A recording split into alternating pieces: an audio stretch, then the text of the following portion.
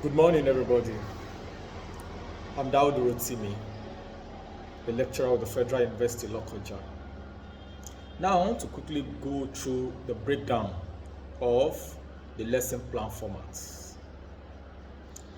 Now, the lesson plan format, as I've always said, is just like the civil engineer will call theirs the building plan. Now, we have three stages in writing out a lesson plan. We have the section A that deals with information about who you are teaching, what you are teaching, time, the mental ability of your learners. That is the section A. And that is where you have the dates, you write the dates, you write the topic, you write the subtopic, you write the duration of that class. Then you write the name of the school, if possible, and all that vital information about the class you are taking, you write it there. The essence of this is because nobody prays for any form of eventuality. If, for instance, you prepared a lesson plan and you couldn't handle that class, that plan can be given to somebody else and the person conveniently knows what you want to do. You've already written out a step-by-step approach to teaching a concept. Therefore, somebody looks at the plan, he'll be able to know you've developed this plan for this level of student. That is why that part of the lesson plan is called the introductory aspect. Then the next part is what we call this section B, where you now have all the necessary information that is required to enter that class effectively. What we call the behavioral objective.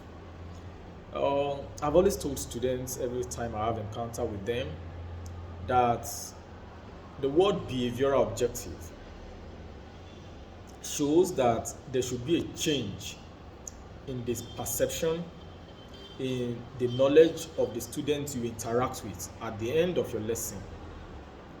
Behavioral objective. If, for instance, I say I want to teach soil, for instance, what do I map out that this student should know about soil?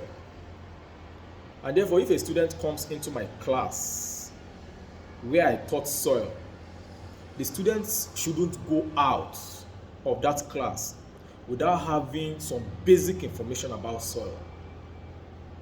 It means that if a student enters my class and is outside and is going out of my class, before he comes in, he might not have had some of the information I'm going to be sharing.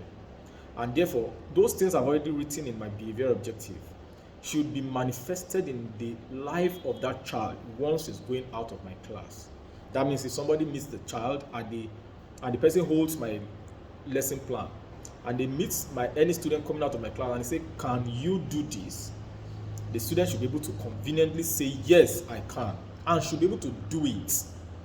That is the essence of the behavioral objective. There should be a change in the child's behavior, in the child's knowledge, in the child's mental ability.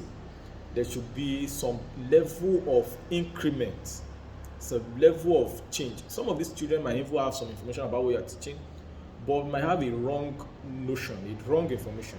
So there should be a correction before the child leaves your class. Therefore, in stating behavioral objective, we have what we call the measurable verbs. Measurable verbs are verbs that can easily be displayed, and once these verbs are displayed, it shows that a student knows what he's talking about. It is an aberration in the teaching profession for a teacher to write under his behavioral objective and say at the end of the lesson the student should be able to know. How do you measure knowing? If, for instance, you say, "Do I know the way to Lagos?" Even if I do not know and I say yes, how do you know if I can know it? It is only when I can point, it is only when I can describe, then you say, "Yes, this person knows the way." So knowing is a summation of displaying these measurable verbs. It is only when somebody displays these measurable verbs that you can now say, "Yes, this person knows it." And what are some of these measurable verbs? When you are stating behavioral objective, you do not use the word "at" the beginning of the lesson. Many schools of thought still emphasize and still encourages the use of "at." But when you use the word "at," it is specific. You are telling us that the student is only expected to know when you are through with that lesson. But I've always encouraged students to use the verb by the end of the lesson. Therefore, when stating behavioral objective, you say by the end of the lesson. It means that before the end of that lesson or the end of the lesson, the student should be able to, one, define. The word define is measurable. If, for instance, I ask a student, can you define? And the student defines it, then I say, yes, he knows it. Should be able to list.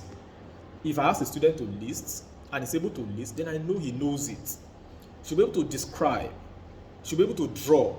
Should be able to differentiate. These are measurable verbs that are often used when writing behavioral objectives. Then the next thing is the instructional material. Instructional material. In the course of this video, in our next video, I'll be talking about instructional material. Please do like, share, and subscribe to this video for more of the videos. Thank you and God bless you.